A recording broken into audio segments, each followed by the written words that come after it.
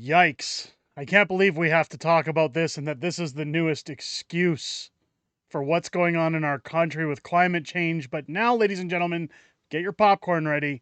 We're going to talk about zombie fires. Whatever that is, let's get into it.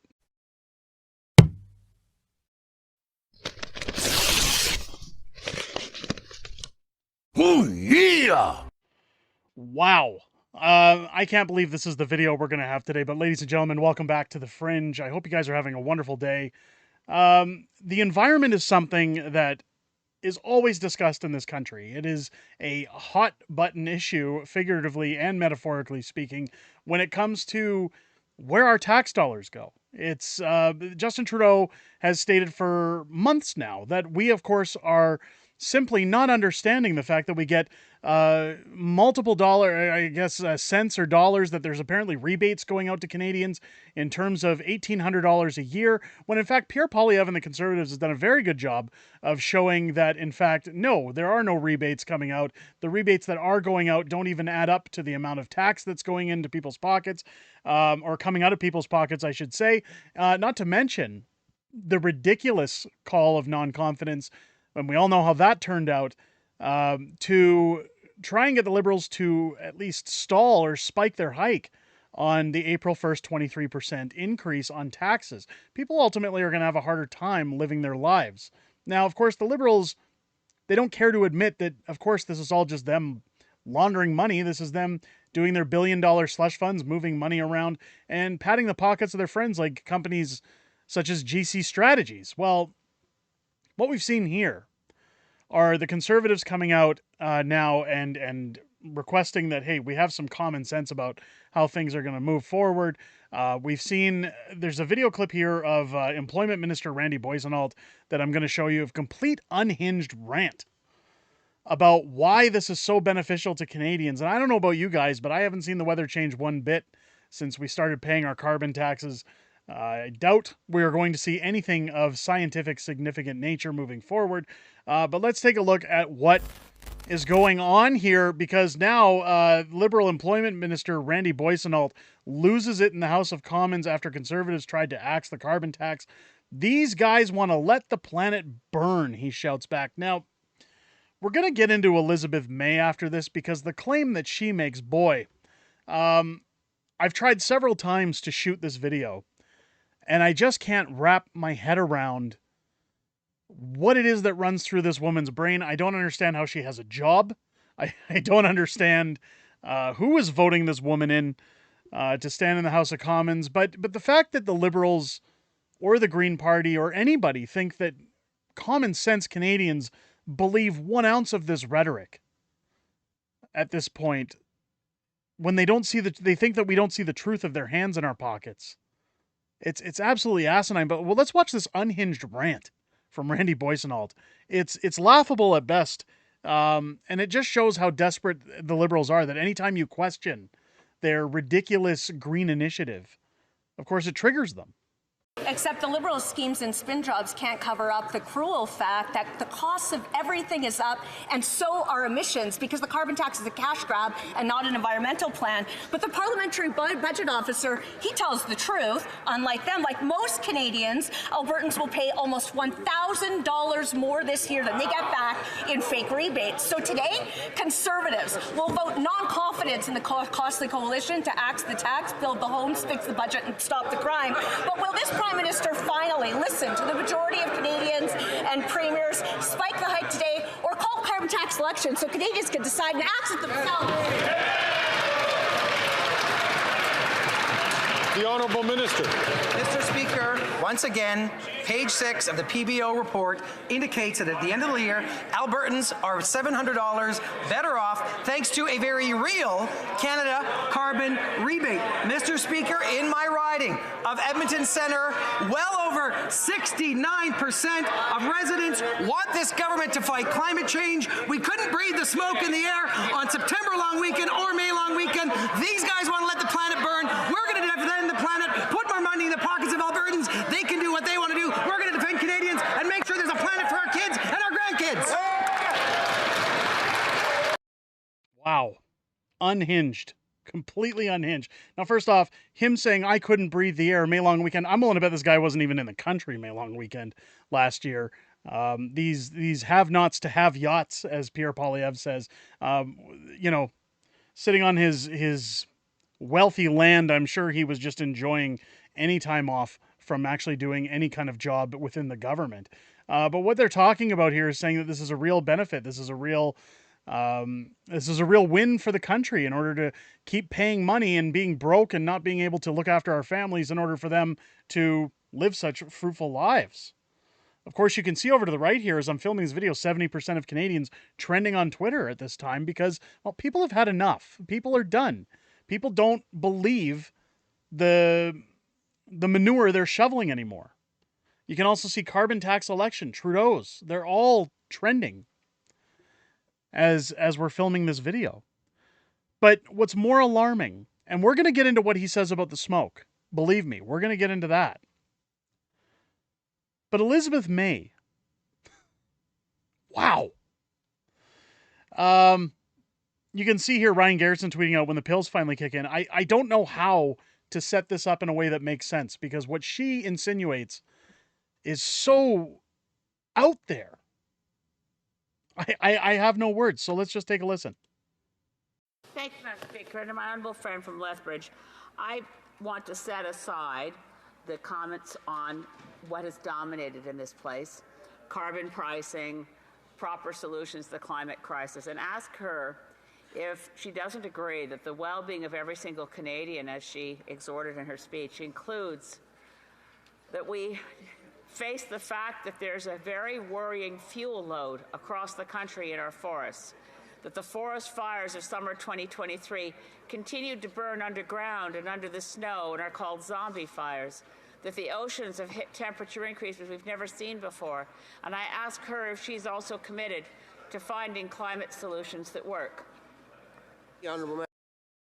This is speculation. I don't know if there's something medical going on with Elizabeth May, but the slurring when she's talking there, she has a history of speaking while under the influence. So I don't want to be mean, but zombie fires burning under the snow. Is this really where we're going? I mean, people have always talked about the wildfires of last summer and said that, hey, this is an environmental emergency. Anytime you hear Trudeau talking about climate change, he always talks about last summer and the fires that are burning.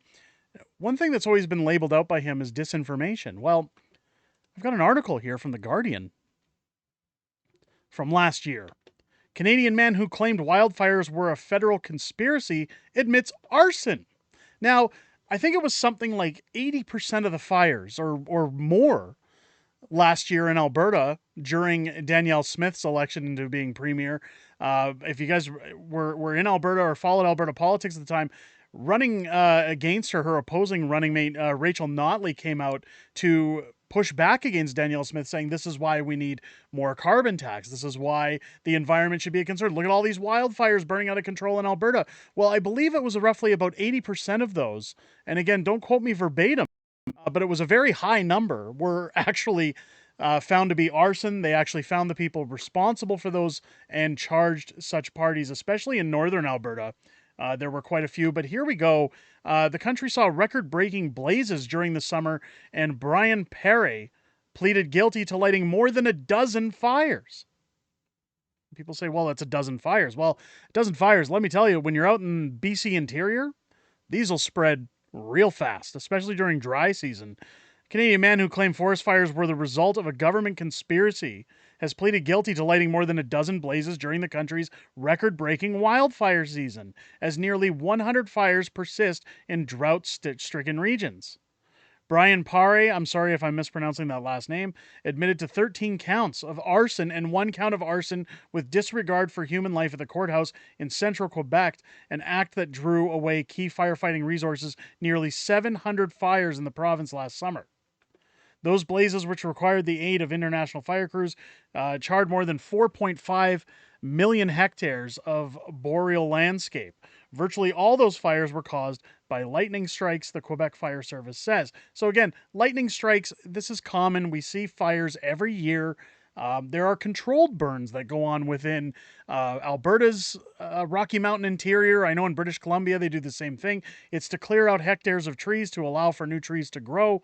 This is all part of conservation. Now, when you look at the boreal forest, it actually sucks up the majority of the carbon that Canada puts out. And what you're seeing here, while not this individual, at least I don't believe so, are hired individuals. And again, it's well documented, ladies and gentlemen, individuals who are paid by third-party special interest groups. Follow the money. Anytime this happens, you have to follow the money.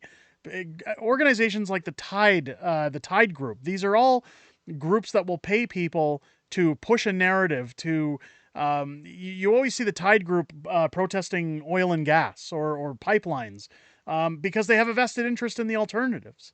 This is huge conflict of interest, and it's a shame to see when this is happening in our own country in terms of burning down our forests to simply push a bill, push politics, or make billion-dollar slush funds. At the courthouse in the town of Shibugamu, I'm sorry if I'm pronouncing that incorrectly, prosecution Mary Philippe Sharon said on Monday 2 of these 14 fires lit by Pare forced the evacuation of 500 homes. Canadian press reported. The largest fire lit by him consumed nearly 873 hectares of forest.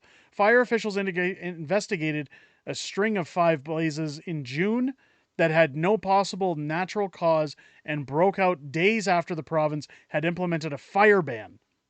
The 38-year-old quickly became a suspect when he was spotted in the location of the fires and demonstrated certain interest in fires after an interview with police. So, 5 blazes in June that had no possible natural cause. Again, natural causes happen.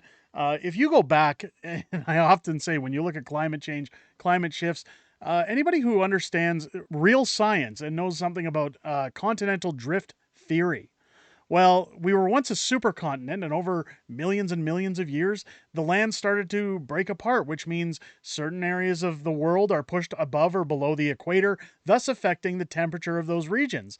Now, the time when dinosaurs were around, I don't know if people are aware of this, but places in Canada, such as British Columbia and Alberta, were considered tropical at those times. They were tropical climates, akin to what you'd see in Mexico, California, or even the Caribbean. Now, over these millions and millions of years, temperatures have changed, and I don't know about you guys, but dinosaurs, while they produce oil, certainly weren't driving cars or polluting the environment. This is all nonsense to get you locked into paying ridiculous amounts of money so that governments can be essential pigs at a trough. In June, police began watching his social media posts, which frequently focused on the province's wildfires. He shared content suggesting the record-breaking fire season was the result of government intervention, not climate change. The prosecution said police specialists developed a suspect profile based on the fires, and increasingly, he was a match. Police later obtained a warrant to install a tracking device on his vehicle and found he traveled to locations where other fires were started. So again, this is somebody who was trying to push the narrative that this was government control.